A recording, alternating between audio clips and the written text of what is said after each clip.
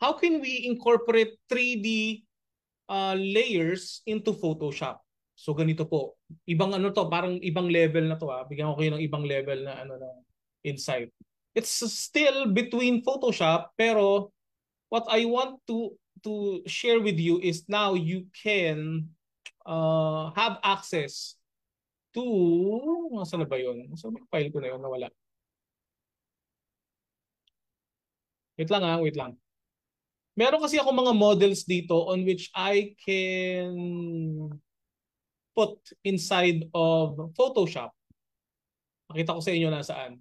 Uh, Together with that is I have what we call a new application na nilabas nila which is the Substance 3D Viewer. Okay? Ito yon. Let's say meron ako dito na sofa. Di ba kunyari, meron akong isang sofa dito na model. 3D model siya. So ang gagawin ko lang dyan, i-drag and drop ko sa Photoshop. So hintayin nyo lang ng konti. Sabi nga nila, maghintay lang. Hintay lang tayo. Lalabas din yan. Ayun na. So meron akong 3D model dito. Okay? Ang tanong, pwede ko ba siyang paikutin? Di ba? Parang katulad nung one time na kasama mo siya, pinaikot mo lang siya.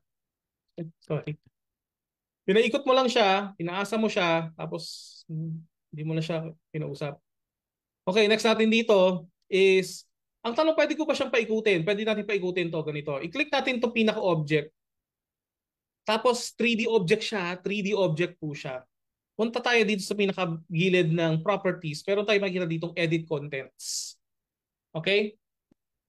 Ano magagawa niyan? Pag-click natin ng edit contents, yan po ay papasok sa ating tinatawag na Adobe Substance 3D Viewer. So ano nagagawa niyan? Click natin itong don't save kasi ilo-load natin siya sa loob ng Substance 3D Viewer natin. Yan. So ano nagagawa nito? I can easily rotate things inside of this. Yan, pwede ko na siya i-rotate. Pwede ko na siyang i-zoom. Kunyari, gusto niyo na closer. Di ba? Closer. Tapos, gusto niyo lagyan to ng ano, texture. Sabi nga, gusto niyo lagyan ng texture to. Pwede yan. Walang problema. Di ba? Click lang natin yung pinaka-sofa. Punta tayo dito sa ating mga texture, appearance. Di ba? Appearance. Ayan, nakita niyo, lumabas na siya. I-mix lang natin yan. Kunyari gusto natin, meron tayo ditong linen na klase ng ano, di ba? Linen ang ating apply to all objects para makita ko nyo lang sa inyong demonstration. Lagay ko na siya sa ating mga sofa. Ay, kasopahan. Ano yun? Kasopahan. Saan galing yung salitang yun? Kasopahan. Kaya lagay. Pinari ito, lagyan natin yung una natin mga ano bang maganda? Cotton. O, di ba? Dapat cotton yung ating ano. O, lagyan natin ng cotton. Tapos, yung isa, lagyan natin ng cotton din dito. Wow, parang gusto ko na siyang upuan, di ba? Instances na. Replace all instances. So parehong cotton. Ay, mali. Lahat yan cotton na, di ba? O yan na lang. Kunyari may isa tayong cotton na sorry. Nag-kick in yung aking pagiging OC. Nasaan na? Ano na? Yan, lagyan natin dito. Ayun na. So as you would see here, meron na tayong ganito. Di ba? Ang tanong, click natin tong return to Photoshop, di ba? Send to Photoshop. Ano mangyayari? Pag-click natin send to Photoshop, hintay lang natin ng konti ha. Yan po ay mangyayari, hintay lang natin. So para mas sure natin, i-save na lang natin to, save. Pag save natin, pagbalik natin sa Photoshop, ano kaya mangyayari? Nasaan na yung Photoshop ko? Nawala. Ah, nawala ang Photoshop ko. Naghang. Wait lang. Ang galing. Nawala. Nawala ang Photoshop ko, di ba? Hintayin nyo lang. Hintayin nyo lang. Hintay. Ayan. O, di ba? Tingin ako na mangyayari. Nandito sa Photoshop ko na to. And then, ayun na. Nag-iisip na siya. Hintayin lang natin. Siyempre, ganun ba? Hindi naman ganun kabilis ang aking computer. Ano na? Ano na eh? Hindi na hinahanap na nawawala. O naman. Sige, send uli natin sa Photoshop. Send to Photoshop. Send to Photoshop. Hintay lang natin ng konti kasi minsan hindi agad siya nagre-reflect.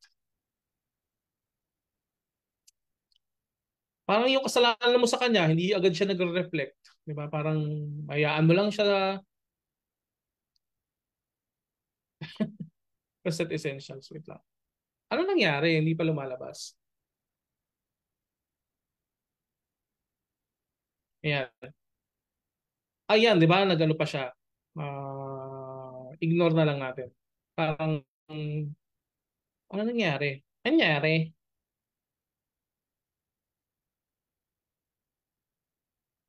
Tayo lang po Ayan. Ang tagal niyang lumabas. Click natin edit contents. Ayaw na lumabas Dapat dito yung pupunta. Baguhin ko na nga lang yung view. Baka nahihirapan siya Baka nahihirapan siya.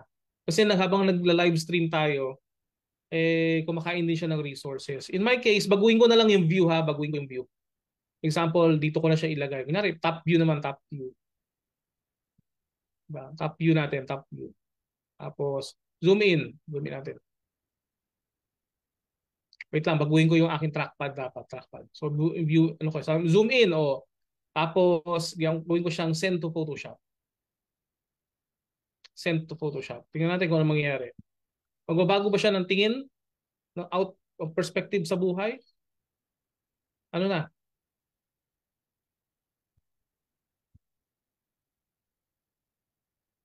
Basta mag-update yan. Huwag kayo mag-alala. Mag-update yan. Hintayin nyo lang. Kasi naka-recover pala to Naka-recover. So as you would see, there is a connection from Photoshop to what we call the Substance 3D Viewer. And to segue to that, alam nyo ba ang pwede nyo magawa dito sa Substance 3D Viewer ay sobrang laki ng difference. Ganito po, papakita ko sa inyo. So meron tayong supa dito.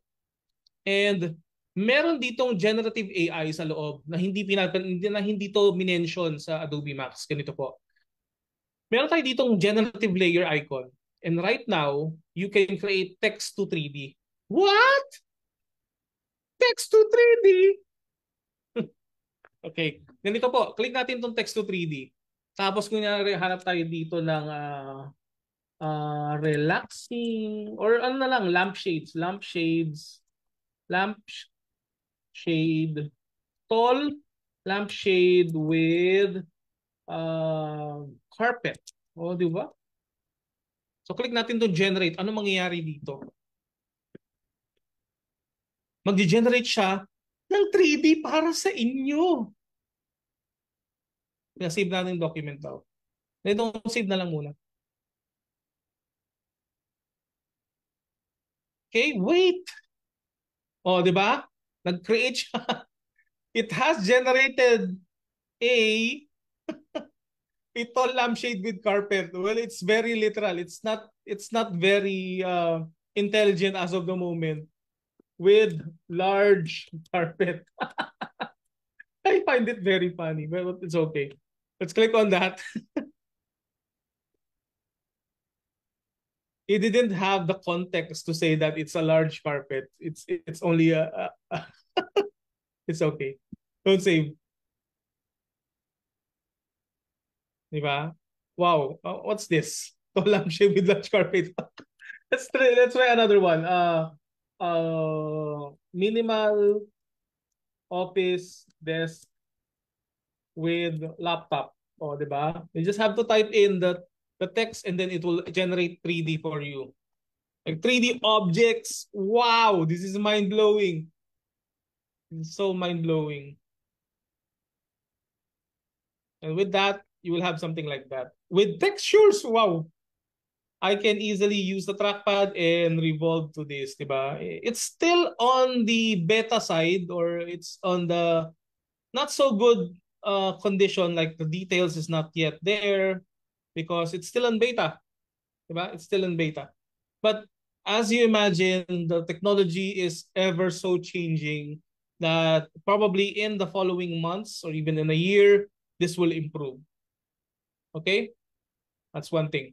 Yung loading po niyan, sir, is depends on this. Yes, it's practically dependent on your internet connection. Okay? Ano masabi niyo dito? What can you say on this feature? text to 3D. Again, this is something that is not mentioned on Adobe Max. Okay, let's go back here. While I'll wait for your comments or your what you call this, your insights. Okay, let's go and do this. The next one, which is 3D model to image. So what we can do on this? Let's click on this, and you will enable yourself to when you pag meron na kayong image, meron na kayong 3D model, you can also put an image in the background together with the 3D model, if that makes sense. Okay, so minimal office desk with laptop in sunset glass window, for example, this one, and then click on generate. So what we can do right now is, pwede ba sir makapag-create ng ganyang 3D na hindi halatang AI? Oh, well, right now halata pa siya ng AI because the standard is not that good for now. For now, ha? For now. Wow! Nakita nyo? This is what we called. Ano masabi nyo dito? What can you say about this? It's called 3D model to image.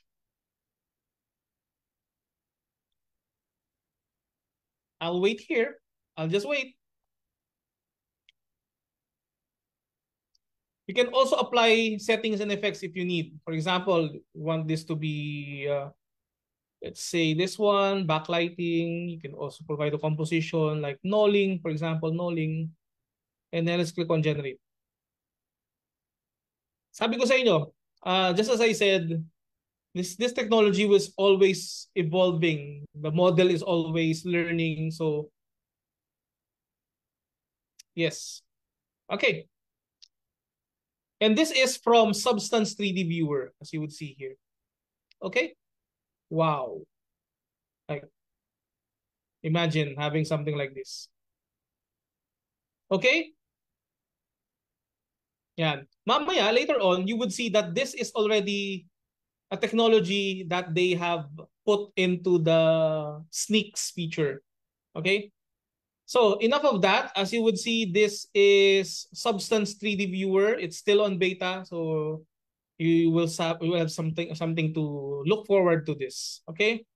I have demonstrated 3D model to image and also the workflow for Photoshop to Substance 3D Viewer. Okay. Next one, in Photoshop, let's go back to Photoshop. And then I'm just going to quit this. Let's go and don't save this because this is just a demonstration.